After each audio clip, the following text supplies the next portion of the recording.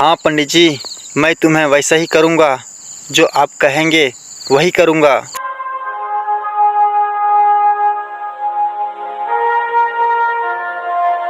फिर रात होते ही जमींदार अपने घर से मटका भरकर उसके बहुत सारा धन डालता है और समुद्र किनारे जाकर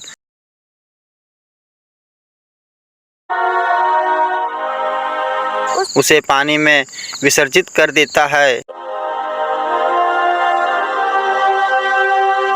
अरे अब तो मेरा पाप कट जाएगा, अब मुझे कुछ नहीं होगा, मेरी जान बच गई, धन गया तो गया, पर अब चैन जी पाऊंगा।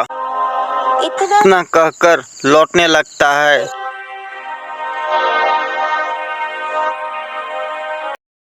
तभी पेड़ के पीछे छिपा रामदेव यह सब देख रहा था। रामदेव दौड़कर जाता है, मटका बाहर निकालता है और अपने कंधे पर उठाकर ले जाता है। वाह, तुम्हारे पास दिमाग की इतनी ताकत थी और तुम्हें पता ही नहीं था। देखो, मैंने एक ही बार में कितना धन कमा लिया। अब मुझे पूरी जिंदगी कमाने की कोई जरूरत नहीं। यही तरीका ठीक है रामदेव, तो अब मजे की जिंदगी जी।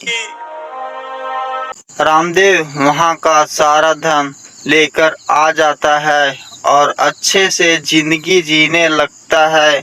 लेकिन फिर धीरे से खबर पूरे गांव में फैल जाती है। अरे सुना है तुमने, वो जमींदार था, उसके पास कितनी धन दौलत थी।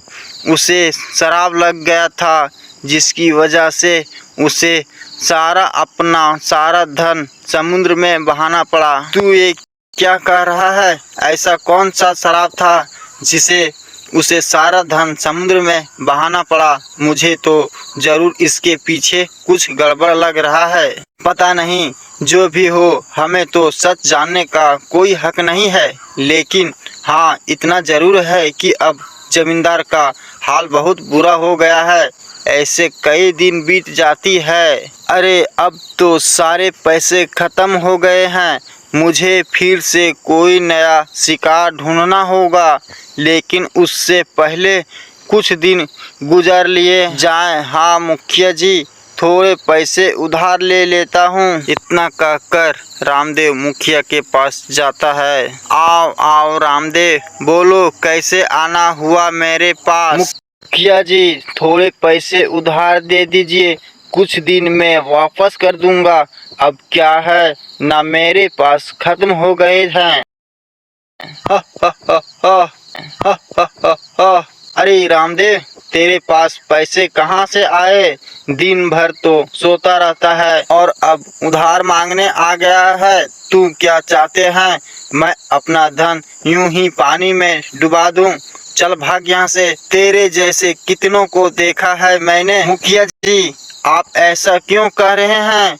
मैं वादा करता हूँ, मैं आपके सारे पैसे लौटा दूंगा। क्या रे निकम्मो, मुझे तेरी मीठी मीठी बातें में नहीं फंसना।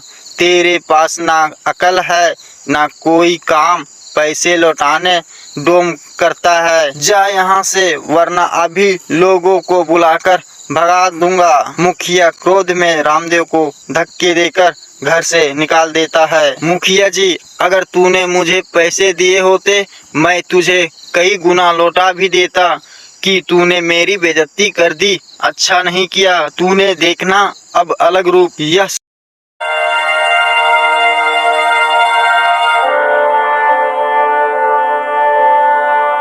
सोचकर रामदेव अगला दिन एक औरत का भेष बनाता है और मुखिया के घर पहुंचता है। मुखिया, तू जल्दी बर्बाद होने क्या बकवास कर रही हो बूढ़ी औरत, चली जाओ यहाँ से। मुखिया, तू जल्दी बर्बाद होने वाला है। तुमने आज एक बेबस इंसान की मदद नहीं की, उसकी बद्दुआ अब तुम्हारे ऊपर है। कल तक तुम्हारे सबसे कीमती इंसान, तुम्हारी पत्नी, तुमसे जुदा हो जाएगी। मेरी पत्नी नहीं, मैं उसे खोना नहीं चाहता। मैं उसे बहुत प्यार करता हूँ। उसके बिना मैं जीते जी मर जाऊंगा। नहीं नहीं, मैं खोना नहीं चाहता। बताओ बताओ, मुझे क्या करना होगा? मैं कुछ भी करने के लिए तैयार हूँ, पर मैं अपनी पत्नी को बचाकर रहूंगा। अगर नहीं खोना चाहते तो वही करो जो मैं कहूँ। सारी गहने और धन मंदिर में चढ़ा दो और तुरंत वहाँ से चले जाओ, वरना तुम्हारी पत्नी सचमुच तुमसे जुदा हो जाएगी। ठीक है, मैं वही करूँगा। सिर्फ क्या अपने घर के अंदर जाता है। अरे भगवान, जल्दी से अपने सारे गहने निकालो तुरंत। अरे ये क्या हो गया है जी? आप मेरे सारे गहने कहाँ ले जा रही है? अरे भगवान, ये तुम्हारे गहने ना लिए तो आज रात तुम मर जाओगे।